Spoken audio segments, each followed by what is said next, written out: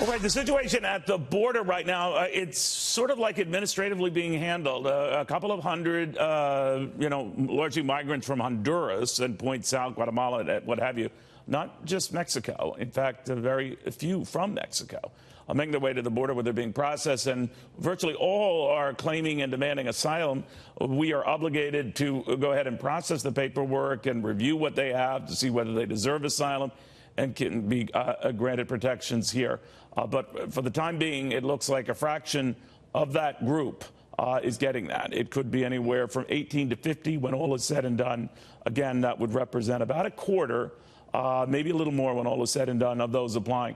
Former ICE senior attorney John Gihon is here. John, this comes with a backdrop where illegal, crossing or people jumping over the border have gone much higher in the last month or so. But what do you make of what's happening now with this caravan?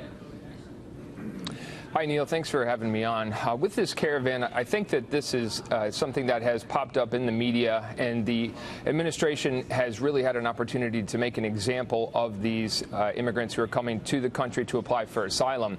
And unfortunately, I don't think everyone in the caravan understands that they have become the center of media attention, and because of that, they're also going to become the center of a gigantic deterrent effect that the president wants to have on asylum seekers coming to the United States. They're going to make an example out of these individuals coming to apply for asylum, and I think that it's going to have a huge effect on immigration in the future.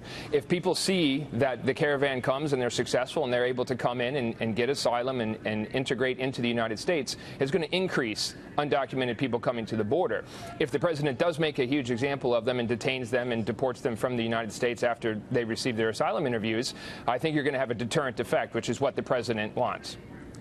Is it your sense, John, that I know the process normally has been we go through the paperwork, we review your request for asylum, or just to be let into the United States, period, with no asylum, and you wait for a court date. You come back, it could be anywhere from a few days, oftentimes a few months. The very few come back in that event because they've been waiting and hanging out in the United States. But the stipulation here is you can't wait out in the United States. You have to wait out in Mexico. Is that right?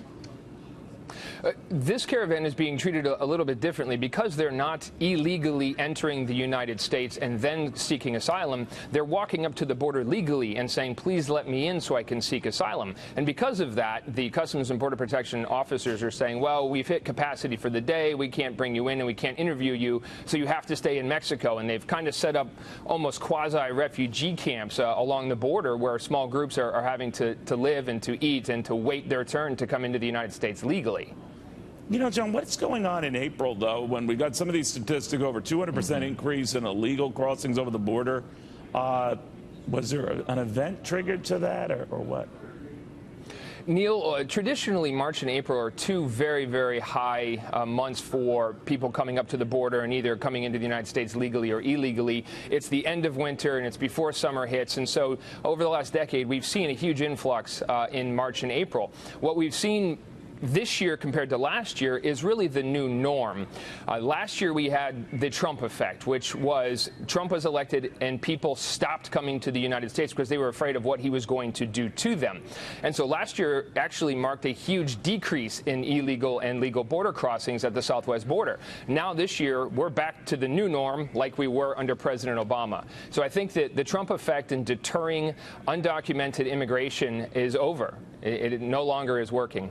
Well, John, thank you for taking the time. I do appreciate it. Thank you, Neil.